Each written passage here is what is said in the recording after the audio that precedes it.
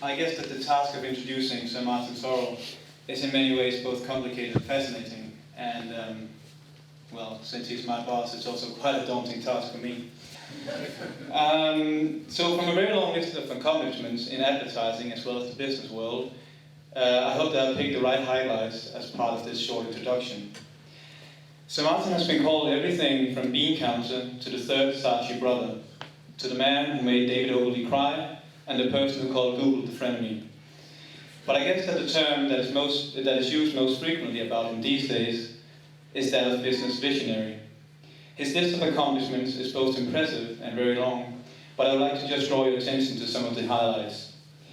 Sir Martin Sorrell joined Saatchi & Saatchi in 1975 and assumed the role of Chief Financial Officer 2 years later.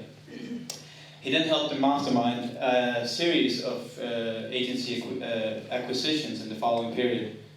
Now, in 1985, he bought a company called Wire Plastic Products, which perhaps today is better known as WPP.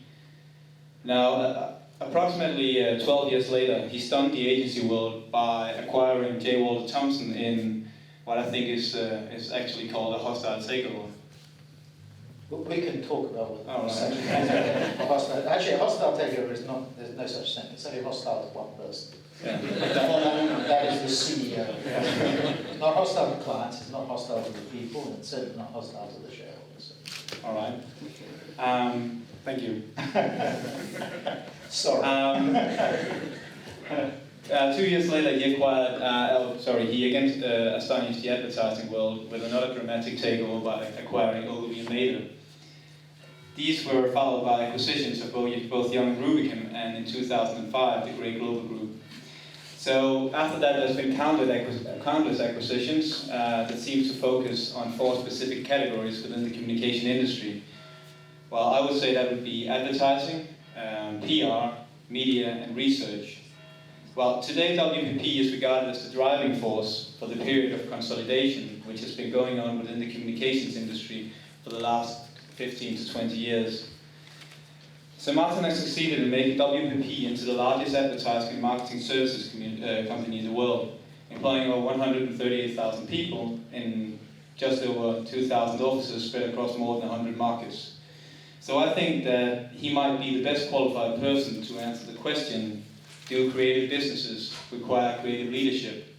So with no further ado, it's an honor and privilege to welcome Sir Martin Sorrell. Thank you. There is a method in that madness, by the way. Too often, people in our industry, and in fact all businesses, and this is not very creative leadership, but having said it's not very creative leadership, it's amazing how few people follow the idea. Delay, my father, who was probably my mentor, closest mentor, always used to say delay is a negative. You know, if people delay, it's always negative, for negative reasons. Either they don't know what the answer is, or they're putting off making a decision, or whatever it comes to be. A prompt response, and I used to have a terrible quote, which was a bad decision on Monday was better than a good decision on Friday. It's a terrible quote. But what it meant was that you should get on with it. And too much in our, one of the big complaints about the so-called holding companies, which we call parent companies, I think debate whether that's a good idea or not. One of the big problems with holding companies is they're very slow, ours included. I mean, you'll hear alongside our companies about bureaucracy, about layers, and it's the famous jive. I was sitting in bed watching television, horrible thought, sitting in bed watching TV. And there was on the information channel in London, there was a conference. Jerry Judge was one of the speakers. I can't remember who the other panelists were.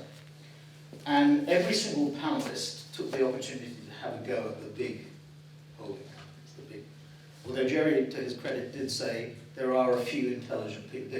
Don't underestimate these people, they're not dumb. But the point was, and the point was made frequently in that little exchange, that panel, that we're too slow. So the reason that I respond, and I try and make sure that I am online pretty much all the time. So much so that people think I have a horde of sort of people that just tap out messages, I can assure you I don't have robots. I don't have people do that. That was actually typed. I can tell whether it was typed. I mean, we'll put it back out because I usually don't get the capitals in. You can always tell it's me. If it's somebody else who's sending back, it's because they put capitals in. Anyway, I want to applaud Michael's initiative with the Berlin School. And I have a problem with its the double entendre there, the double meaning. Yeah. Because it's a bit confusing. Yeah. Okay, creative leadership, does it mean creative leadership just for creative leaders in our industries, or does it mean creative leadership in the IBM sense that you mentioned with this sort of well-known little study? But putting that one to the side, I have to applaud Michael because one of the biggest problems in our industry is that we fail to train and educate people. One of the great things, I know bankers, investment bankers, are coming in for a lot of heavy criticism, maybe rightly, maybe wrongly. But if you look at their industry, I mean, it is no accident that the best brands, and I think we're in the professional service industry, the best brands are uni-branded and have grown organically, and the two best ones are McKinsey and Goldman Sachs. Despite all the trials and tribulations that Goldman have gone through, they still are the finest brand in their industry. Strongest brand. You might disagree, we can talk about it. How long am I meant to speak for? Till 9, oh my God. You'll all be asleep by then. But anyway, I'll try and keep going for about 15. Well, maybe not. I'm going to change the format. Maybe. But anyway, Goldman is extremely strong, so is McKinsey. And the chief reason they're strong is the people. They're strong. You know, I watch all these campaigns that get done for banks. We do a few. Accounting firms, consulting companies. We're doing a lot of identity work in the consulting, which you didn't mention, branding and identity. Consulting in that area. And you know, you can say passion to perform. You know, I was in Frankfurt today and I see Deutsche Bank. We didn't do passion to perform. But it really isn't about that. What's it about is the quality of the people. And the thing that the banks do, particularly Goldman, Morgan Stanley, I would pick out those two in particular, and what the consulting companies do, McKinsey, Bain, Monitor, they take more quirky people, is that they consistently go to the best schools, which self-select, and I'm talking about undergraduate schools and business schools, and they consistently go after the best people. We do not do that in our industry, and it's a massive indictment.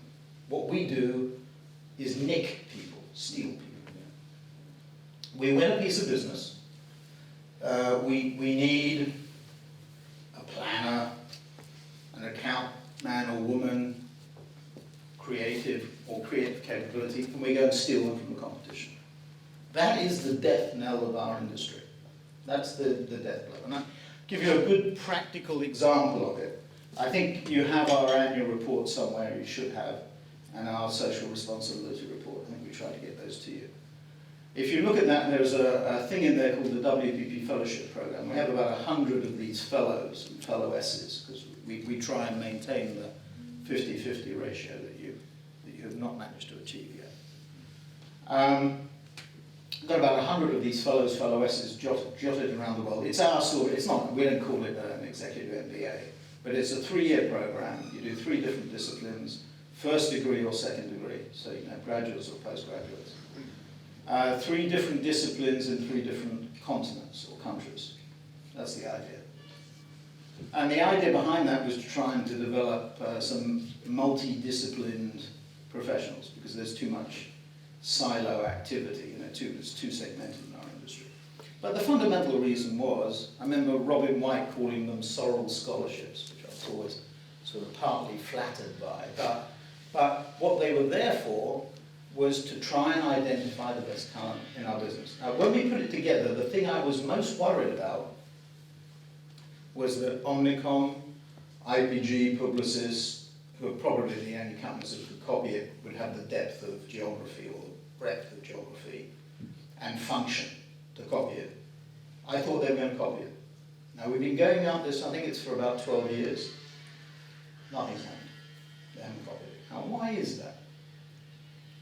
And the reason is that we really don't, at the heart of it, so our revenues are $14 billion, and we invest in people $9 billion. With 138,000, 140,000 people.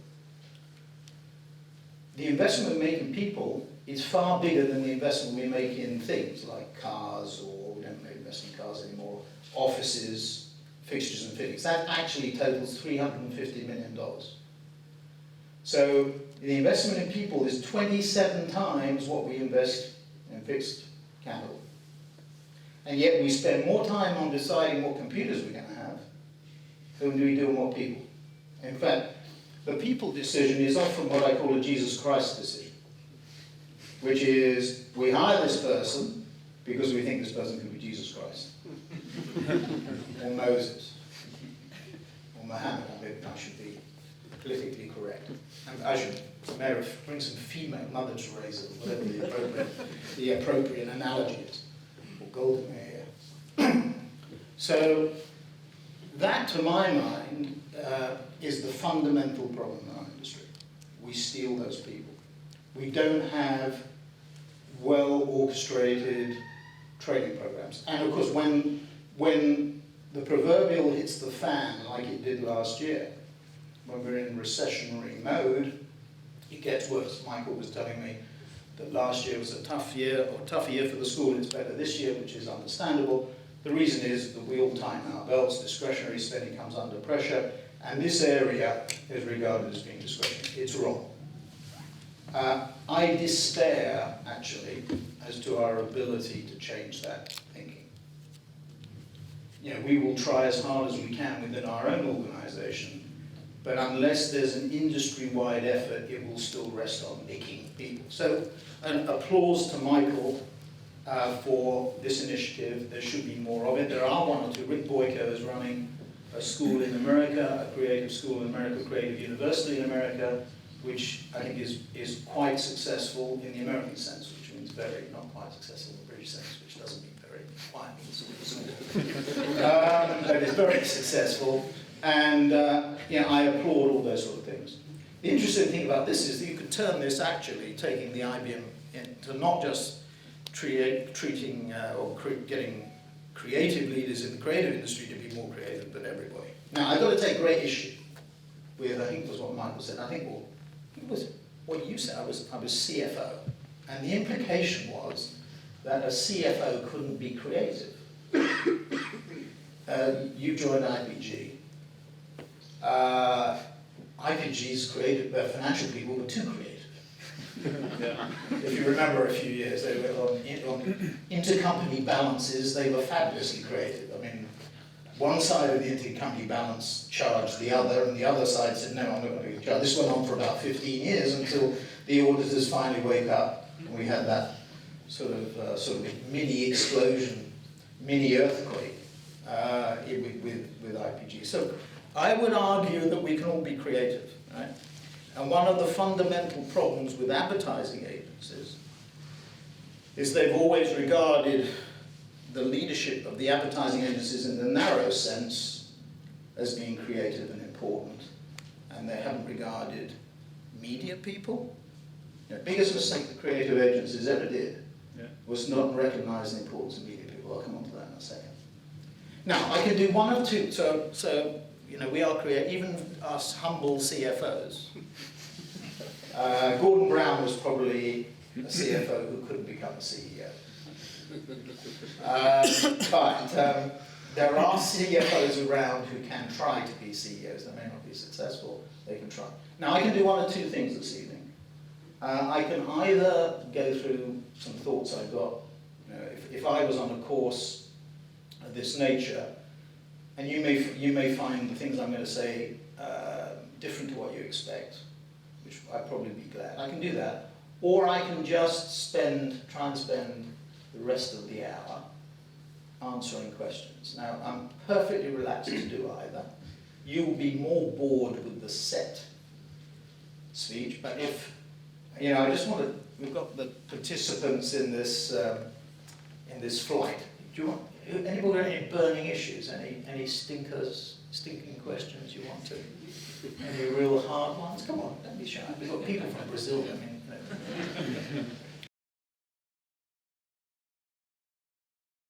with all due respect, that comment is made from the position of somebody who's looking at what I would call traditional media. Right? Now, the definition of the industry that Michael threw up was, to my mind, too narrow. If I look at WPP, what do? Well, we do classical, so it's $14 billion of revenue, just to get this, so we get the relative sizes right. And billings, by the way, I'm small physically, exactly the same size as Napoleon. 5'6½". 5'3", I think, under French feet, because French feet are longer than British feet. That's why I said 13 inches, I think. So French foot to an English foot. But we like to talk about bigger numbers, so I can talk about billions. RECMA, which is a French research company, which doesn't mean that you should devalue its results, by the way.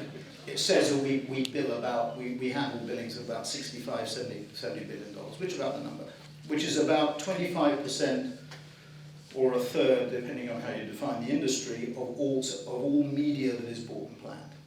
Okay? Now, so advertising, media, investment management, planning and buying, research. So advertising is about $3.5 billion, media is about $2.25 billion, research actually is our biggest division, it's about $4 billion. Public relations, public affairs is about $1 billion. Branding and healthcare, branding and identity, healthcare, and digital is the balance. That's about 5 or 6 billion in the balance. Now, your comment was made in relation to that first 5 billion, the 3.5 in traditional advertising and the 2 in media. There's another 9 out there which is different to what people 50 years ago, or 25 years ago, or even 10 or 15 years ago thought our industry was. In fact, it's a $1 trillion industry if you do the numbers, which I don't mind being called a bean counter. In fact, the more beans I count, the better I feel. But it's $1 trillion. 500 billion is in the area that you're talking about, and there's another 500 billion in the non-traditional. That non-traditional bit is growing. And in fact, the whole pie is growing. So I disagree that in 6 months or 12 months or a year, you won't see anything. In my view, the industry is quite vibrant. And there are 3 dimensions to the industry that are extremely vibrant. The first is, which we sitting in the West still don't get, and the constitution of this flight, or the Berlin School, is I mean, where do you get a lot of students from? You get them from Brazil. The BRICS, Brazil, Russia, India, and China, the next 11, Goldman's next 11, which includes Iran. So maybe we should say next 10, but maybe in the future we might even talk about the next 11. Or the civets, the new phrase that now The Economist has come up with, the civets, which is Colombia, Indonesia, Vietnam, Egypt, Turkey, and South Africa. Actually, 4 of the civets are in the next 11, so Jim O'Neill at Goldman, who created the next 11, is a little bit miffed that they've taken 4 of his next 11 and stuck them into the civets. But that's where the action is geographically. And we in the West don't get that yet. I mean, I find it sort of ironic that I'm sort of saying this in Berlin, of all places, which is on the cusp between western part of Europe and the eastern part of Europe. But the parts of the world that I think are very much, they're not even the future. And in fact, this phrase, developing markets, should be banned. Remind you that China is already the 2nd largest market in the world. India is the fastest growing market from not a great size, but an increasingly important size. Brazil, I think this is the decade of Latin America. I think the Olympics and the World Cup, we were in Rio about, 2 months ago. We did a session with Guzman, who runs the Olympics, and Teixeira, who runs the Brazilian Soccer Federation, around these 2 events. These are emblematic, iconic events that, it may sound a strange thing to say, but will drive the focus. It's exactly the same as South Africa and the World Cup. It's focused the world's attention. It's altered people's view about the South African brand, about the African brand. It's not a continent of plagues and pestilence and war. It's a continent of opportunity. So that's number one. So it's new markets. The second area is new media. I don't know if you talked about this. I mean, a newspaper, you're a bit Luddite in your comment, I think. No, first I have to say, I said the world as we know it, which means those of us who... It's not me. No, it might be you, but it's not us. That's right, exactly. The world, the media world, the normal, including the normal newspaper reader reads about. Felling trees and distributing newsprint is not a particularly economically good business model, and it's not particularly environmentally friendly. For 3 months, I haven't read, since I have got an iPad, I really haven't read a physical newspaper. The only thing I feel uncomfortable about downloading my Wall Street Journal or Financial Times or Telegraph or Times or whatever it happens to be onto my iPad is that I'm 65, so I feel I'm a little bit sort of old-fashioned. And I look at this thing and I think to myself, have I read all of it? I feel a little bit uncomfortable with the digital newspapers. I don't know whether I've gone through all of it. At least with a physical newspaper, I may not have read every word, but I've sort of gone through every page. So, but the new media thing, it's in different forms. Is a newspaper on an iPad a newspaper? My thing is yes. I have in London a thing called a gnome box. A gnome box is a sound box which Sky give you, which takes the audio feed off a Sky box. So if you don't have a screen in your bathroom, and I'm giving you visions of me in bed, watching TV in my bathroom, listening to the gnome box in the morning, is that radio or is that TV? I can argue it's TV because it's an audio feed from CNBC or whatever it is I'm listening to. Okay. So the definitions, I wouldn't watch a football match on a smartphone. My kids and my grandkids would. So what we used to is changing dramatically, and the definitions have changed. We talk about 28% of our business being online, with a target to get to a third. We know that you and I spend 20% of our time online. We know, by the way, our clients only spend 14% or 13% or 12% of their budgets online, so they're underweight. We at WPP, in theory, are twice weighted in that area, and I want it to be a third. And when we get to a third, which will happen in 3 or 4 years' time, we'll take it up to 40%. We were with German institutions in Frankfurt today, and I would say they asked that question. So the new media area is an expansionist area.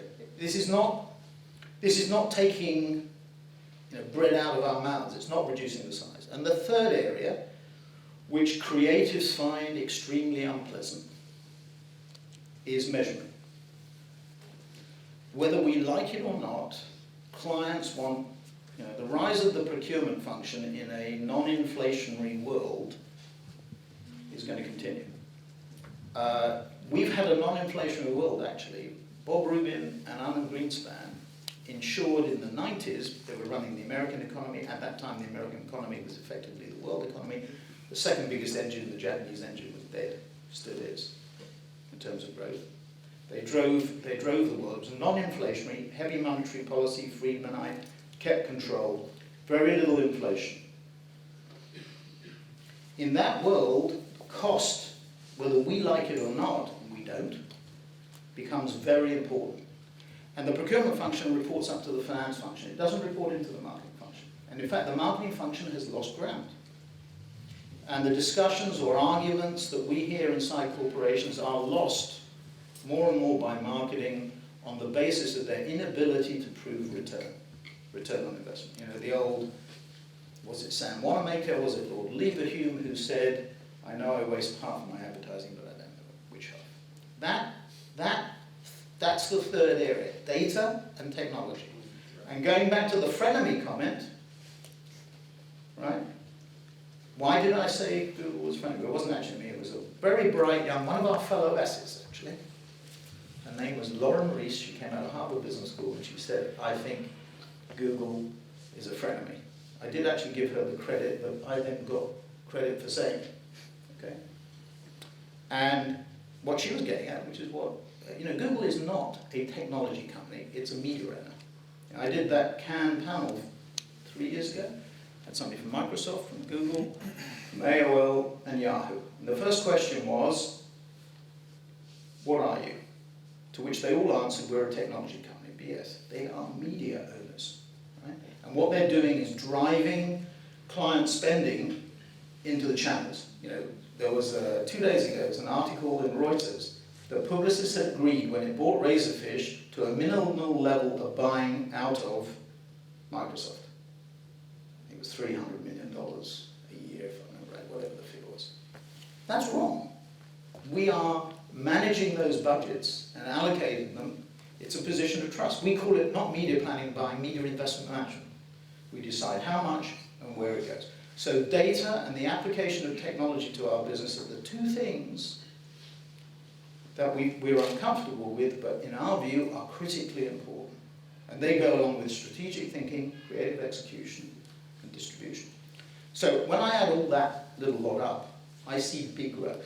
I see it much more interesting. Was it Thursday? I think Sarges are having their 40th anniversary party in London. It's interesting that the Jewish Iraqis would pick Rosh Hashanah as the night for their party, but that's a little aside. They're having their 40th anniversary. The world has changed, and I started in 75, as you heard, and I became CFO in 77.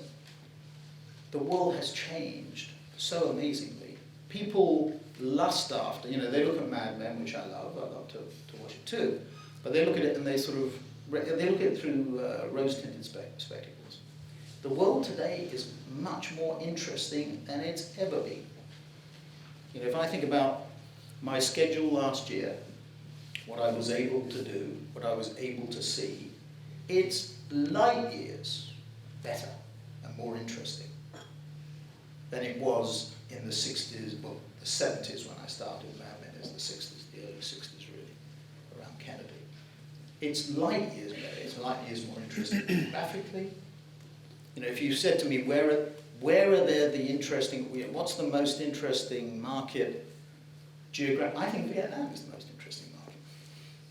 85 million people who have a lust for growth and development, which will bury many countries in that part of the world. I mean, it's extremely strong.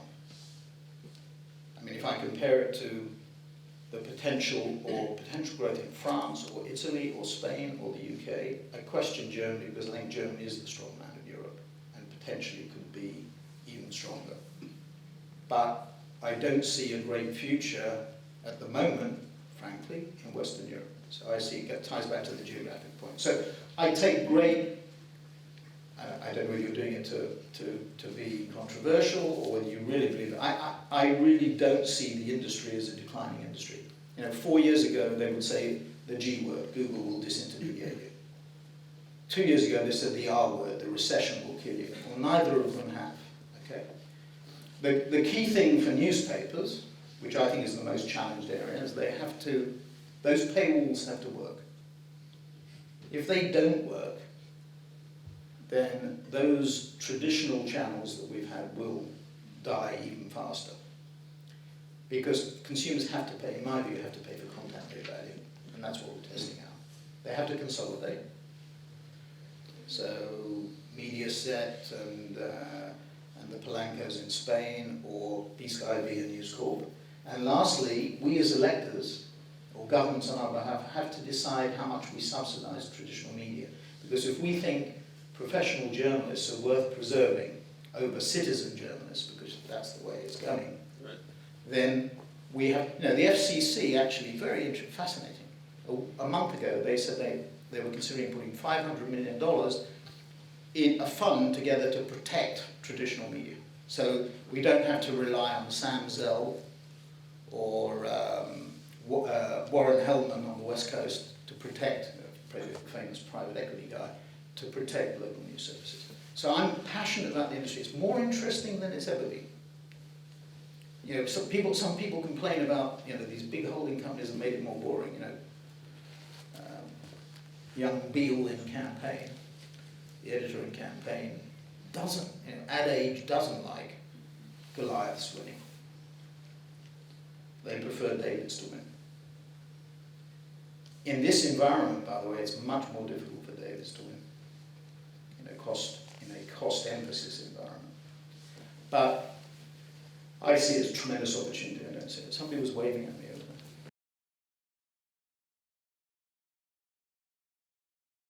And it's a bit like, Gillette razors and blades. They don't make money on, or Polaroid cameras. The old, you're too young to remember Polaroids, but I remember them. You had the camera. They gave away the camera, and then you bought, the film cost you a fortune. Right? It was a terrible mistake to give it away for free at the beginning. But the people, there was a sort of, it wasn't a perfect storm, but there was a confluence of issues. So you had people like Sergey Brin and Larry Page, who I don't think are premeditated attackers or disintermediators. I think just they're engineers, and they think they want to provide the consumer at the lowest possible cost. Actually, anybody in the room studied economics. I wrestled with economics for 3 years. And you remember those supply and demand models, the basic economics. They had certain conditions.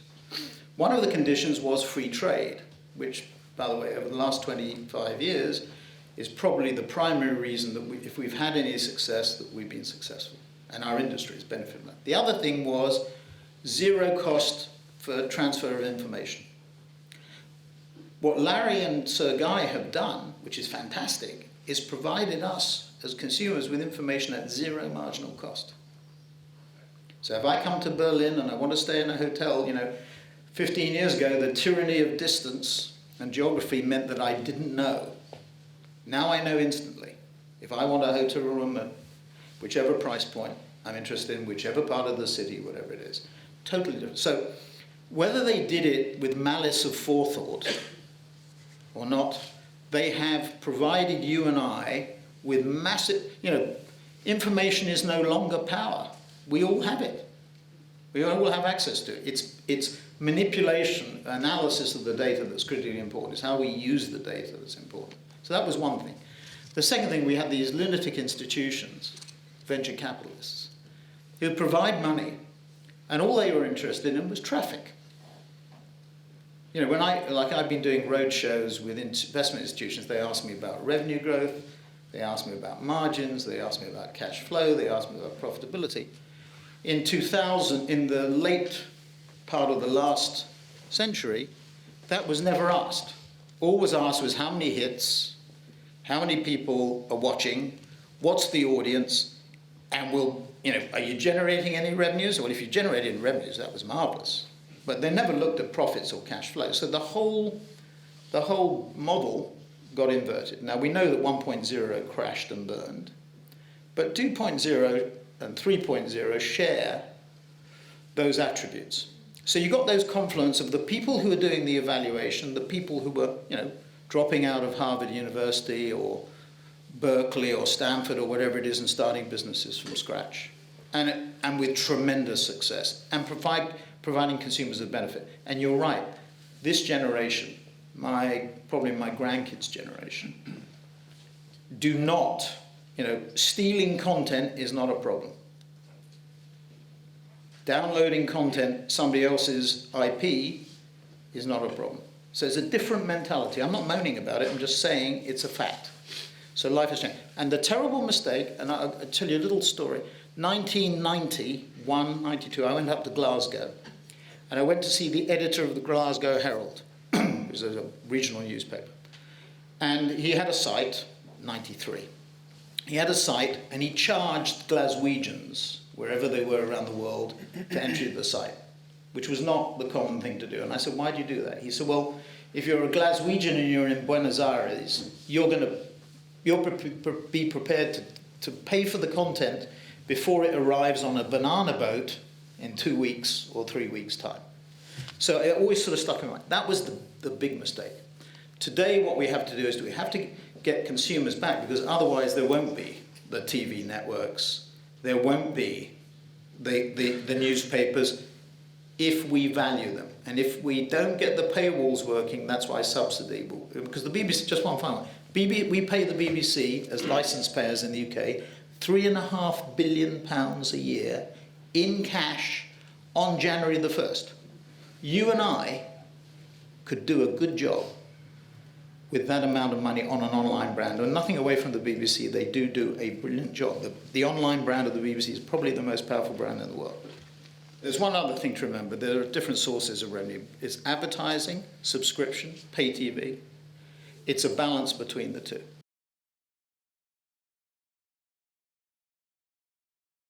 The traditional creatives, the 5 billion that I mentioned, so actually not even 5 billion, the 3.5 billion, right? Which is network TV, newspapers, magazines, radio, outdoor. In the traditional agencies, the people who run those businesses still think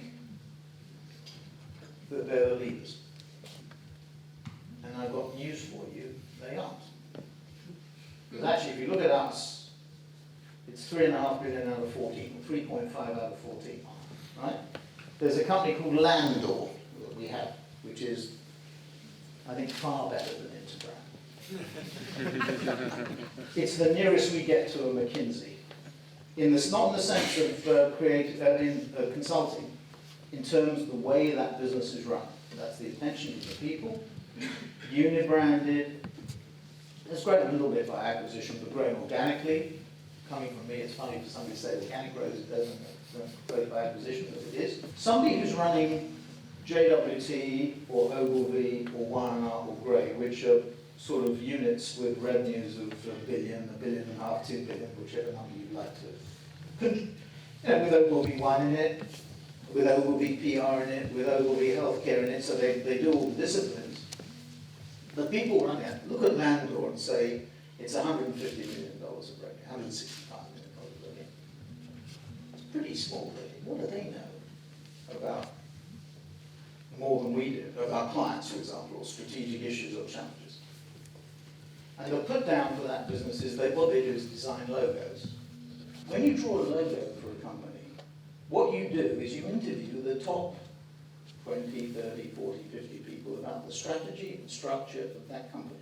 And you know more. How many times have I heard people in our business say, we tried that 10 years ago and it didn't work?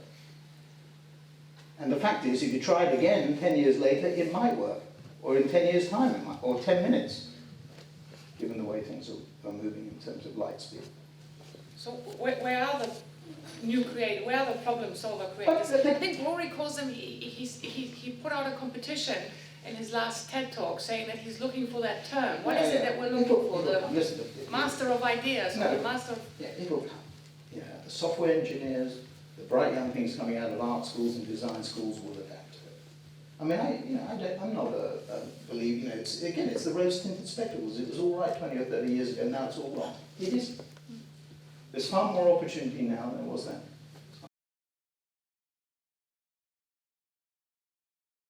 I mean, how do I evaluate? If that's, how do I? I really take other people's views. I'll look at what clients are saying. I'll look at what the trade press is saying. I'll see what competitors are saying. I'll see what so-called creatives are saying. I mean, it's a terrible use of creative. It's a bit like saying digital and non-digital, traditional. It's buttonholing people or putting them into definitions. It's all those sorts of journalists. It can be trade and others. So I use all the sources of awards. People in our own businesses. What gets them excited? Millward Brown scores. Copy testing and tracking. I mean, all sorts of data. Are you asked by analysts when they evaluate your assets about the creative performance, and what do you? They ask about the creative. They ask about the creative performance, but what do they focus on? They would focus on. I think you could go the Gun Report, One Show Awards, whatever it happens to be, D&AD. Do they look at those? Yes, they think they look at those. But what determines creative reputation? It's the same thing as a brand. There are, you may meet somebody from an agency, you may think he or she was wonderful, and that, it's a bit like, driving down the road, you see a chimney belching smoke, and it has Tyson on the side of it. Your image of Tyson in terms of what it might do to the environment has changed by that. So everybody, its impressions are generated in all sorts of ways. And because of the growth of new media, those impressions have multiplied enormously in the context of data. I mean, it can be a blog, it can be a Facebook note, it can be a tweet on Twitter, it can be all of those things. So it's your impression of the work is formed by all sorts of inputs. It's exactly the same way as we form impressions about companies, individuals. I would have created a good, a bad, or an indifferent impression tonight. Right? So when I was working for Morris, Saatchi was, with all due respect to Schultz and friends, light years ahead in the context of the British market and beyond Britain. And it was regarded, it got to a size where it was I think it was when we were number 1 or 2 or 3, probably 2 or 3 in the market. And Morris felt that we were too nouveau. And what we needed was a bit of establishment class. Right? It was very astute. And what he tried to do, Jeremy Bullmore is the chairman of JWC in London. He's still on our advisory board. In my view, he's the best writer I've ever come across, and copywriter, and the best speaker. You should certainly have him here at the Berlin School. It's fantastic. Mr. Haggerty would agree. Yeah, so we're in total with him, but then I must be right. So what Morris did was go and try and hire Jeremy, because what Jeremy represented was the British advertising establishment. If you went, there's a book called Anatomy of Britain by Anthony Sampson.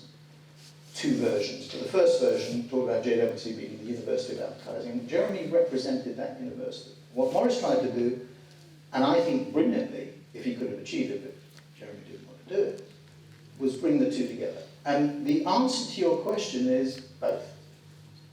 And it's hard. Because if you can take the vibrancy of a Schultz and Friends. It's not as vibrant as you think, but No. I love you saying that. No. Okay, then a uniform mat. Okay? To take the vibrancy or Schultz and Friends a few years ago, right? Before the property investments and flats in Berlin became overpowering. Apartments in Berlin. If you take that together with the class of an institution, institutional strength, that's what I put it, you have an unbeatable combination. And I'll give you another example. When Stephen King died, who I would always say was the father of planning, a lot of people claim to be. Success has many fathers. Right? But Stephen King really was the T-plan, the T-planning system inside. When he died, the people in Thomson, JWT, didn't really appreciate his strength. And doesn't matter who it was, the suggestion came from outside the agency to celebrate Stephen's and republish all Stephen's works. And if you look at Stephen's work, it's a bit like reading David Ogilvy. The stuff they wrote 50 years ago is still as fresh and relevant today as it was 50 years ago. It's amazing. But what I'm saying is you must admire, you mustn't decry institutional strength. And when we started with 2 people in one room, right, we had nothing. We had no resources. By definition, we only had 2 people. We still had a coordination problem with 2 people. So imagine with 140,000 people what the problems you have. But I value contributions. I value a landlord. I don't care how small the company is in our operation.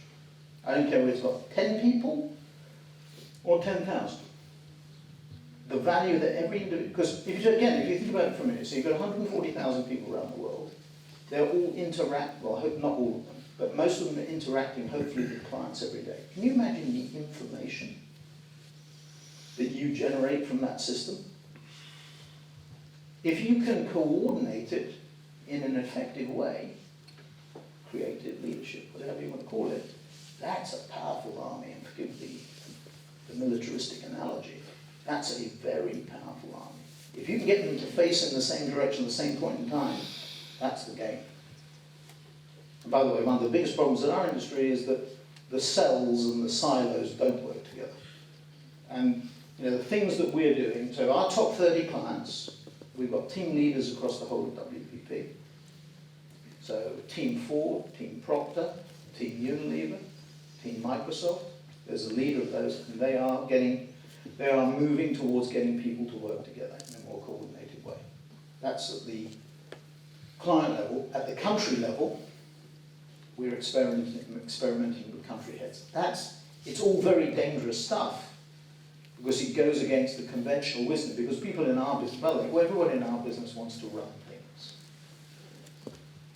This is another big issue, which I think in the course of my issue. We don't need people to run things. We need people to run accounts, to do creative work on accounts, to work with clients to solve their problems, to win their opportunity, not to be responsible for an agency in Berlin or Germany or Europe or even globally, I would argue. We want people to work on, when at McKinsey's, if somebody has a big fetish about wanting to run something, they say you can be a general manager for 5 years. Well, they certainly used to. And if you didn't get it out of your system in 5 years that you wanted to be a manager, they say go. Because we don't want people to be paid to push it, to be CFOs, administrators. We want people to come up with ideas. And what bedevils our business is everybody wants to move. So you run an agency successfully in London, you want to run Europe, then you want to run the world. You don't want to go and run the Ford account worldwide. We have to change that.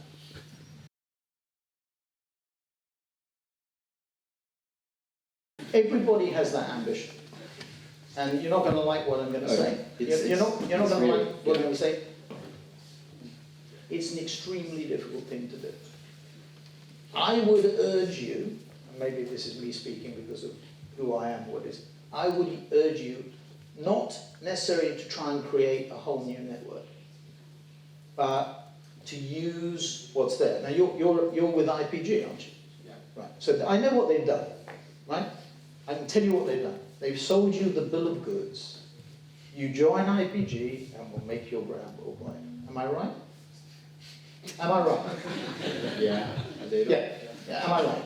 They seduced you. I'm going to destroy your dreams. I'm here to learn, so. It won't work. It won't work. Where are you based? Today in São Paulo. It'll work maybe in Brazil. It might work in Latin America, although even that's a challenge. It won't work beyond that. And the reason I know the pattern, right? The pattern is to lull you into the view, and it's cruel, what I'm saying is cruel, and I'm willing to talk to the person at IPG who sold you it as well. I know what they do. It doesn't work. Because you've done very well, you've got a wonderful agency in Brazil, you've grown rapidly, and they said, my view is, and I don't know which agency you're closest with. Is it Lowe? Is it? No, we are totally independent. Yeah. My view is graft on to one of those. No. No, I know. You see. It's everybody's dream, but you can't do it. M&C, you've had John Hegarty here, right? He tried to do it. And frankly, it's been patchy. BBH. It's been patchy. If you look at what they've done worldwide, it's been patchy. So my view is, it's a bit like Morris going to try to hire Jeremy Bilmore. I have Sarches, right? By the way, Sarches got us very close to doing it and it blew up. So, I think, I'm sorry, I think it's an impossible dream. Yeah, I'm not trying Organically, it's an impossible dream. We're not trying to create another WPP. No. I'm trying. God forbid you can do that. If I create a BBH, I will okay. It will be okay. For me. Yeah, but with all due respect, BBH is a London. We have John O'Keefe at our agency. It's a London agency. It has some outposts. But if you look at the outposts, it's very difficult to grow these things organically in your lifetime. If you're prepared to do it for 4 generations and watch your grandkids, your kids, your grandkids, your great-grandkids do it, fine. I agree. But in your lifetime, no. That's my view. Sorry. And I'm willing to talk. Give me the name and telephone number of the guy or the woman at IPG. I'd love to have a conversation with him.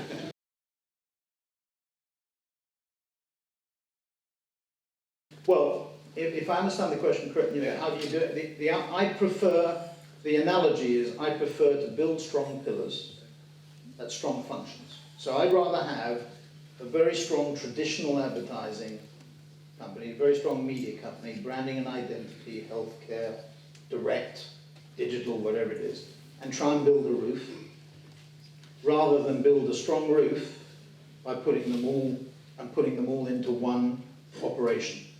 The agency that starts from scratch, every single agency you find says they're different, and yet they have the same approach, which is we're going to build integrated. And we're not going to have the silos. We're not going to be like the big full-service agencies, or the big networks. We're going to have experts who know all these areas and we're all going to be together. I don't think that works. I'd rather have the problem of getting people to work together and have very good specialists, rather than put somebody over the top inside one unit. And that's the way I would go about the structure. I did my MBA at HBS, and I love the institution. I contribute on a regular basis to it. I try and do everything I can in a quantitative and qualitative way towards it. But I have to say, I don't agree with this sort of minute analysis. You are what you are. Don't try and be what you aren't, right? The things that, it's just very simple in my view. You've got to be reasonably intelligent. You don't have to be a brain surgeon, right? You have to be very persistent. You have to be very determined. You have to make your own luck. By working hard, you make your own luck. And you have to be lucky. Now, I remind you that when we took over JWT in that so-called hostile takeover, we offered $525 million, which is the way you build your network in an instant. You buy a good company, big company. And there was a building in there. We knew there was a building in there, and we thought it was Berkeley Square. This is the honest truth. We thought it was JWT Berkeley Square. So we looked at the balance sheet and it said freehold property, and they hadn't depreciated, because those days you didn't depreciate freehold property on the balance sheet. So we said, oh, that's Berkeley Square. We got in, and I said to our finance director, I said, look, that's fine. He was looking at the fixed assets register. I said, let's look at where that property is. So he rang me up and said, they've got a freehold property in Tokyo. So I thought, well, that's interesting. I said, he said, I'll get it valued. I said, how are you going to do it? He said, well, I said, don't do that. We've got some bank, we loaned money for half the purchase price. I said, we've got some Japanese banks in the syndicate. Ring them up in Tokyo. We were in London. Ring them in Tokyo. Tell them to walk round to the building and tell us what they think it's worth. So this Japanese banker went round.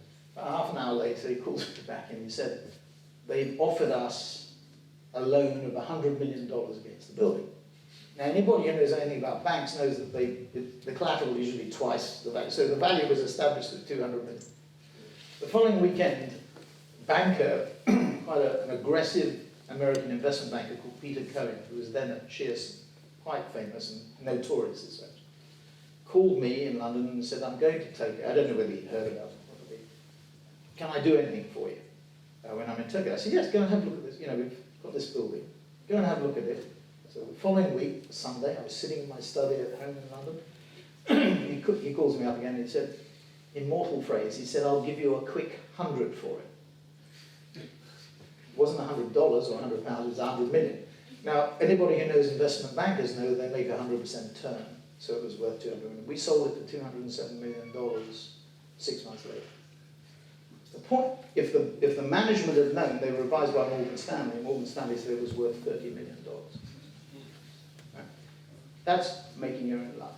By the way, buying old companies is better than buying new companies because you find jewels inside the old company. Okay.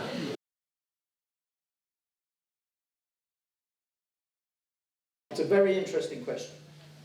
I think I would be private, not public, which is quite a controversial thing for me to say. I shouldn't get out of this room, so don't tell anybody. It should be filmed. No, I think I would be private.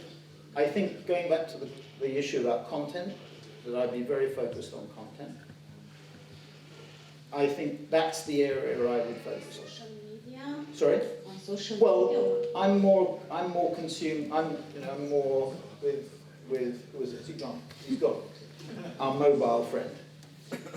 I think the creation of content is absolutely critical. I mean, the distribution platforms, you know, Steve Jobs is proving they're just as important in some senses. But I think the creation of content. So I think there's a massive opportunity for us as a media planner and buyer to move closer to the media owners. Now, you know, a very good example of that is Brazil. The reason why the advertising industry is so healthy in Brazil is because Globo and Editora Abril have control. I mean, it's a little known fact that in the Brazilian constitution, it says that advertising agencies should be paid 15% commission. Right? There are no media agencies in Brazil. The reason is that TV Globo or Globo had banned them. And in fact, when Publicis tried to set one up, they tried to set up Starcom, they were fined $2 million or $4 million about 3 or 4 years ago for trying to do it. And the argument runs, it's a very interesting argument. The argument runs, and I've sat in the commissariat in Rio de Janeiro with Roberto Marinho Jr. and he's explained it to me. The argument runs is if we have great advertising, we have a lot of viewers. But if we have great advertising, we can make a lot of great content. We have a lot of viewers because they like the advertising and the programming. And the media is very successful. If we cut the commissions, so the agencies do poorer commercials, the audience is full because the programming is not going to be as good, there's not enough money for programming, and it's a diminishing circle. Now, that's quite a, you know, you can disagree with it. You know, I am a little bit uncomfortable with it as an argument, but there is something there. We are at the moment doing China's Got Talent in China for Procter & Gamble. What is the audience for that program, do you think? Anybody guess what the audience is for China's Got Talent? 500 million. 500 million. We've done the auditions. We've got some knife throwers who are not very accurate knife throwers. It's quite fun. but it's a fantastic. You know, we did Ugly Betty last year. You know, some of the things you can play. So I would be private in the content area. That's where I think I would focus. What is the most pressing issue you're struggling right with? Procurement. And if it's Procurement. it's procurement, Yeah. how do you deal with it? Because With difficulties. We just announced our half-year results, and thank goodness, you know, this year was better than last year, but that's not saying much because last year was so difficult. And I looked at 4 hours of programs by IPG, by Omnicom, and by Publicis. And I really do think if there's one thing that I would underline, it's a bit your question about, it's really being transparent. There is too much opacity in our business. There is too much BS. There is too much spin. Everybody, now no CEO likes to present, don't forget about our industry, likes to present their business in other than the best light. I want to, just like anywhere else. But there's a limit to what I'm prepared to say.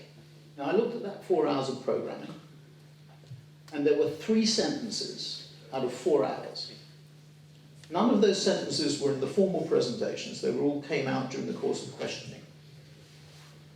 And those 3 sentences were identical from the 3 other holding companies. And it was slipped in at one point. I almost thought that a lawyer had said to each of them, you better get this in, because if it becomes a problem publicly, you're covered. And what they said was clients want more efficiency and effectiveness. What we did was actually in our press release. And in the second paragraph, you can all read it if you get it. We put, clients are still very focused on efficiency, effectiveness, and liquidity. Efficiency means lower cost. Effectiveness means higher quality, and liquidity means working capital. And the biggest problem that we have at the moment, and all of you know this because we were all moaning about it last year. I mean, I described last year as being a brutal year. I'm not regarded as being warm and cuddly. I'm actually more warm and cuddly than you would think, but I'm not regarded as being so. I'm regarded as being somewhat hard-hearted. I found last year brutal because of what we had to do, you know, what you might call tough love. It's extremely painful. And I also found the attitude of clients, and I apologize to any clients who are either directly listening to this or indirectly listening. I found the attitude of some clients extremely tough. And I have to say, in some cases, unacceptable. You know, we are not domestic servants. You know, I accept it's a master-servant relationship, but we're not there to be kicked like a dog. And there was a lot of kicking going on, and I think that's unfair. So I'm being very frank about it.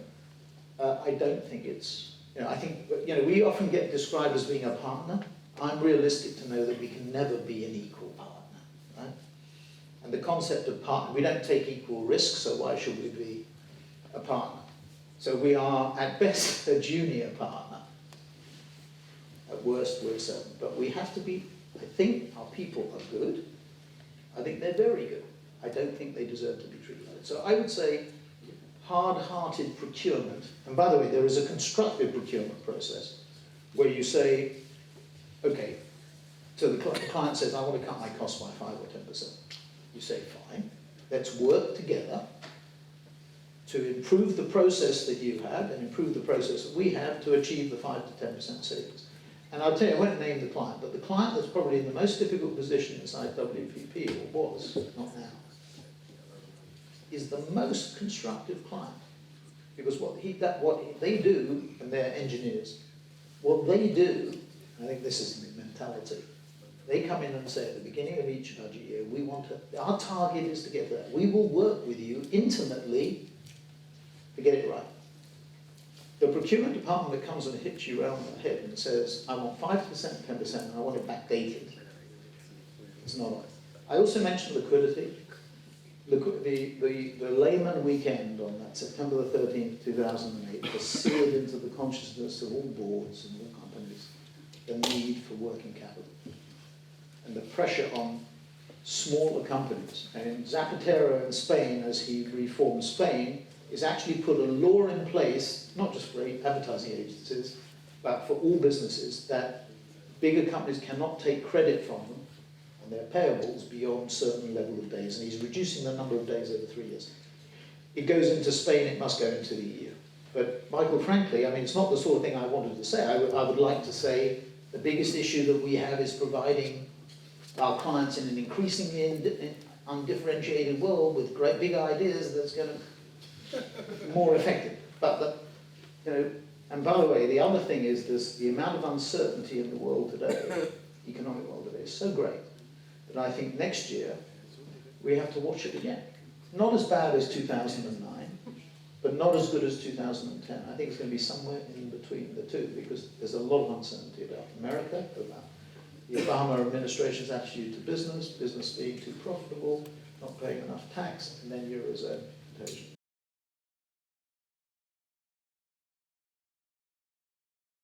These are the things I think you should be thinking about over your 5 two-week modules. You probably won't be. This is what I think if I was the course professor trying to do it. The shift in balance of power from west to east, and don't forget south, Latin America, and don't forget southeast, which is Africa. So Asia, Latin America, Africa, the Middle East, and Central Eastern Europe. And remember, Europe's moving at different speeds, so that would be one. The second thing is, every category that we operate in, virtually, there's significant overcapacity. People think that capacity has been taken down. For example, in the car industry, it hasn't. Because America has been shrunk, but China and India and Korea has grown. So and remember, the Chinese automobile market is twice the size of America already. So America's at 12 million units, China is well over 20. Last March, 1.75 million units were sold in China, 1 million units in America. World is changing. Overcapacity is an issue. The biggest shortage, however, is people. You look at all the stats, the statistics, birth rates, divorce rates, working women in the population, family sizes, all mean that the supply of talent is going to diminish. So finding, this is why the Berlin School is so important, identifying, incentivizing, motivating, keeping people is the critical issue. And it's not just for professional service businesses, it's for every type of business. So that's the second issue. The third issue is the web, we've talked about it. You get disintermediated. You get disintermediated by lower cost business models, and they steal your people, because young people prefer to be in small, less bureaucratic, more responsive businesses, to wit. You know, that's what you want to do. I'm trying to have a lot of sympathy for, but stay small is my coming from me. I'm not talking about physically. Retail. The power of retail is growing. Remind you, Walmart as a country is the 7th largest country by retail sales in the world. Tesco controls 30% of the grocery market in the UK, Walmart 30% of the grocery market in the US, and they both control about 11%, 12% of retail sales. Carrefour's results weren't great this week. They'll put more pressure on manufacturers. So that balance of power between manufacturers and retail is a critical issue. Shopper marketing, unfashionable. I'm not talking about shelf wobblers. I'm talking about something much more sophisticated than that. First moment of truth, Proctor calls it. The last mile, in-store advertising, packaging, all those things, critically important in that battle between the manufacturer and the retailer. Internal communications. In a company like WPP, which is multi-branded, has grown by acquisition, the problems of getting those 100,000 people to face in the same direction, the same period of time is absolutely critical. That is the biggest issue for any chairman and CEO of a company. Aligning everybody internally. Global and local. Very simply, we're seeing global organizations being built by clients and indeed ourselves, but the importance of local is getting greater. It's ridiculous to treat China or India or Brazil or Russia like you do Portugal or Greece, but we do. If we look at our structures and our client structures, there's a country manager for Greece and there's one country manager for China, which is crackers. China is 32 provinces. India is 27. Brazil is 27 states. Correct me if I'm wrong, is it 27? We can think Brazil is just Rio and Sao Paulo. It isn't. So this local global thing is pretty important. Corporate social responsibility, very little greenwashing going on. People now do understand that doing good is good business. That there isn't it's not charity or altruism. We just did a survey at the World Economic Forum of the top 120 companies that are in this International Business Council. Green is still gold. I think clients understand that consumers and people inside the company value companies, products, services that are involved. Next point is government. Government has invested $12 trillion into the world's economy in the last 2 years in the fiscal bailout. The government has become a big client and will remain so for a significant period of time. So you have to think about the government not necessarily as an intruder, but potential client. Procurement, I've mentioned. Those are sort of 9 things, I think it is, that we see going on, which I think you should think about. And that's the complexity that Michael, I think, referred to and the introduction referred to. All this adds up to making, I think, our world fascinating, more interesting, much more absorbing than when I started at Saatchi's in 1975, which is an awfully long time ago. It's much more interesting. It's much more taxing. It's much more challenging. It's much more stimulating. And it really proves, when you look at all those things, that innovation and branding are critically important. And When coming back to Michael's question, the thing that really annoys me about procurement is that the balance of power shifted inside organisations to cost, and you can't cut costs that's not the way to prosperity. The way to prosperity is building revenues, at least until you get to 100% market share. When you have a wonderful thing called a monopoly, which is what ultimately I would like to do. So, thank you very much.